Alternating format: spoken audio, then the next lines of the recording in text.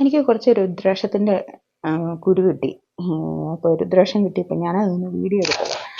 Video എടുത്ത് കാണിക്കാമെന്ന് വിചാരിച്ചു. ഇത് ഞങ്ങളുടെ വീടിൻ്റെ അടുത്തൊരു ആയുർവേദ ജില്ലുണ്ട്. അപ്പോൾ അവിടെ പോയപ്പോൾ അവിടെ 2-3 മരമുണ്ട്. മരത്തിൽ നിന്ന് ഇഷ്ടംമാതിരി കായായത്, നിറച്ച് കായുണ്ട്.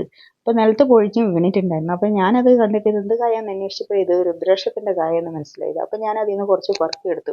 കൂടെ എൻ്റെ ഫ്രണ്ടും കുറച്ച് തന്നിട്ടുണ്ടായിരുന്നു. അപ്പോൾ അതെല്ലാം കൂടെ പെറുക്കിയെടുത്ത് ഞാൻ കൊണ്ടുവന്ന് കഴുകി വൃത്തിയാക്കി എടുത്തത്.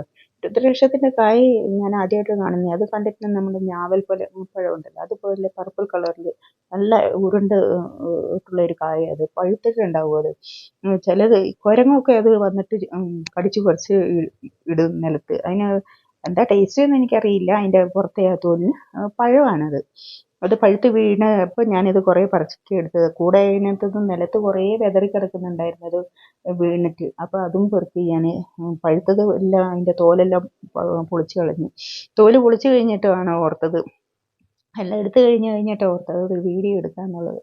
പിന്നെ മനസ്സിലായത്, പിന്നെ അത് ഓർത്തത് എന്നുള്ളതാണ്. എന്നിട്ട് പിന്നെ ഞാൻ ഏതായാലും അത് തോല് എല്ലാം കൊണ്ടുവന്ന് കഴുകി വൃത്തിയാക്കി എടുക്കുന്നതാണ്. ഉണങ്ങിയതൊക്കെ വേഗം വേഗം പൊളിച്ചെടുക്കാൻ പറ്റുന്നുണ്ടായിരുന്നു. പക്ഷേ ഈ പഴുത്തതിൻ്റെ ഉള്ളിലോട്ട് അതിൻ്റെ ആ പഴുത്ത മീനിൻ്റെ ദശയെല്ലാം കൂടെ കയറിയിട്ട് നമ്മളൊരു ബ്രഷ് വേണ്ടി വന്നു അത് വൃത്തിയാക്കി എടുക്കാനായിട്ട്. ഞാനത് ടൂത്ത് ബ്രഷ് പഴയതുള്ളത് എടുത്തിട്ട് ബ്രഷ് ചെയ്ത് നോക്കി ഞാൻ. അന്നേരം അത് അത്രയ്ക്ക് വൃത്തിക്ക് പോകുന്നില്ല. പിന്നെ അലക്കാൻ ഉപയോഗിക്കുന്ന നമ്മൾ തുണിയൊക്കെ തിരുമുന്ന ബ്രഷ് ഉണ്ടല്ലോ, അത് ഉപയോഗിച്ചിട്ട് ക്ലീൻ ചെയ്തെടുത്തു.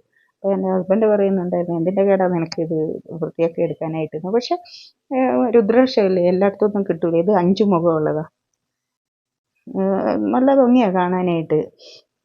അതിൻ്റെ കൂടെ എന്തായെന്ന് വെച്ചിട്ടുണ്ടെങ്കിൽ എനിക്ക് അത് കിട്ടിയപ്പോൾ തൊട്ട് അതിൻ്റെ ഒരു മാല ഉണ്ടാക്കണമെന്ന് ഭയങ്കര ആഗ്രഹം. അപ്പോൾ അതിന് വേണ്ടിയിട്ട് നല്ലപോലെ വൃത്തിയാക്കി എടുക്കുക ഇരുന്നിട്ട്. ഇതാണ് രുദ്രാക്ഷം. 5 മുഖമാണ് ഇതിനുള്ളത്. 8 മുഖമൊക്കെ ഉള്ളത് ഉണ്ടെന്ന് പറയുന്നത് കേൾക്കാം. പക്ഷേ എനിക്ക് ഇഷ്ടപ്പെട്ടു.